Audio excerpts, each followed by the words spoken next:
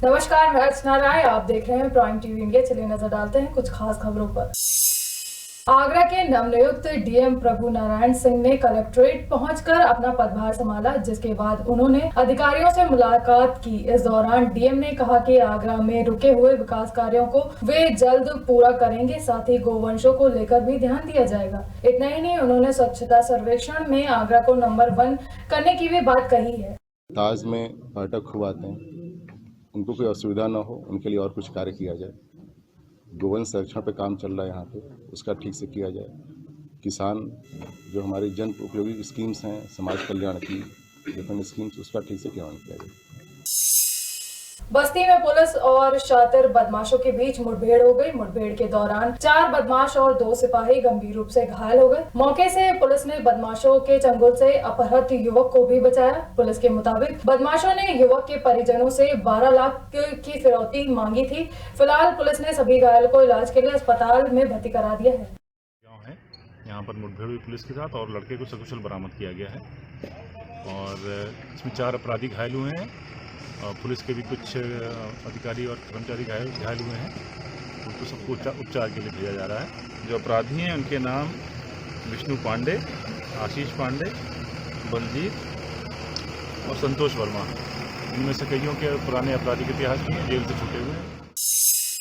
बागपत में विद्युत परिषद के नेतृत्व में कर्मचारियों ने विद्युत निजीकरण के विरोध में धरना प्रदर्शन किया। काम का बहिष्कार करते हुए प्रदर्शन कर रहे विद्युत कर्मियों का कहना है कि इलेक्ट्रिसिटी अमेंडमेंट बिल 2018 का हम लोग विरोध कर रहे हैं, क्योंकि ये बिल जितना कर्मचारियों के लिए सही नहीं है, उतना ही उपभोक्ताओं के लिए भी सही नहीं है, इसलिए इसे लागू न किया जाए। फिलहाल कर्मचारियों का ये धरना 1 दिवसीय था, लेकिन अगर कर्मचारियों की ये मांगे पूरी नहीं हुई तो इससे ज्यादा बड़ा आंदोलन होगा। बिजली विभाग से संबंधित जितने भी कर्मचारी हमारे हैं वो आज कार्य बहिष्कार पर। यह कार्य बहिष्कार हमारा सरकार द्वारा इलेक्ट्रिसिटी अमेंडमेंट बिल 2018 लाया जा रहा है, जिसमें को कानून में संशोधन किया जा रहा था। उस संशोधन में जो वो है वो हमारे ना एम्प्लॉय के हित में है, ना हमारे आम उपभोक्ता के हित में है। इसके विरोध में हम आज 1 दिवसीय कार्य बहिष्कार पर हैं, पूरे कर्मचारी, पूरे देश के लोग। पंजाब में किसान संगठन की ओर से आज भारत बंद का ऐलान किया गया था, जिसके चलते फिरोजपुर के फजलका रोड पर किसानों ने चक्का जाम किया। इस दौरान आम लोगों को आवाजाही में भारी मुश्किलों का सामना करना पड़ा। प्रदर्शन कर रहे किसानों ने बताया कि पीएम और गृह मंत्री की मारू नीतियों के विरोध में आज हम एकजुट हुए हैं। उन्होंने कहा कि अगर सरकार ने उनकी मांगे को पूरा नहीं किया तो भारत बंद का असर आने वाले दिनों में भी देखने को मिलेगा और इस दौरान जो भी नुकसान होगा उसकी जिम्मेदार केंद्र सरकार होगी।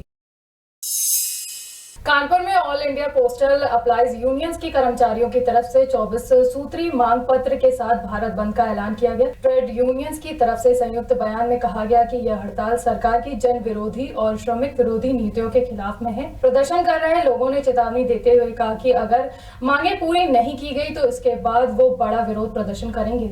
2004 के बाद जो कर्मचारी भर्ती हुआ है, प्रमुख मांग हमारी है कि पुरानी पेंशन की बहाली और केंद्र सरकार के विभागों में किसी जमाने में 22 लाख कर्मचारी हुआ करता था, आज केवल 13 लाख कर्मचारी है और हमारे विभाग में जो 6.25 लाख कर्मचारी हुआ करता था, आज केवल 4.5 लाख कर्मचारी है।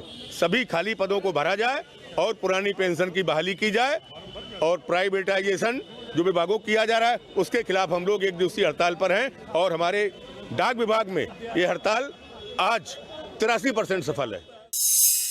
प्रदेश सरकार एक तरफ भू माफियाओं के विरुद्ध अभियान चला रही है, वहीं दूसरी तरफ भू माफियाओं के हौसले बुलंद होते नजर आ रहे हैं। ताजा मामला मैनपुरी का है, जहां 3 साल से एक पीड़ित परिवार की जमीन पर भू माफियाओं का कब्जा है। आरोप है कि जब भी दबंगों से कब्जा हटाने की मांग की जाती है तब तक भू माफिया पीड़ितों को जान से मारने की धमकी देते हैं। साथ ही पीड़ित परिवार का ये भी कहना है कि उन्होंने इस मामले में प्रशासन से कई बार शिकायत की, लेकिन कोई सुनवाई नहीं हुई और अब भी पीड़ित परिवार न्याय के लिए लगातार डीएम कार्यालय के बाहर चक्कर लगा रहा है।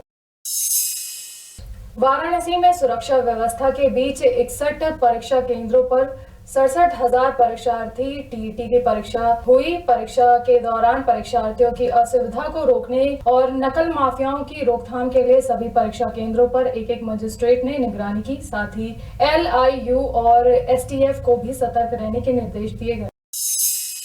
लखनऊ के विनय खंड गोमती नगर में एक निजी कॉलेज के सामने टीईटी छात्रों ने जमकर हंगामा किया। छात्रों का आरोप है कि समय से पहले ही कॉलेज का गेट बंद कर दिया गया, जिसकी वजह से उन्हें परीक्षा देने के लिए एंट्री नहीं मिली।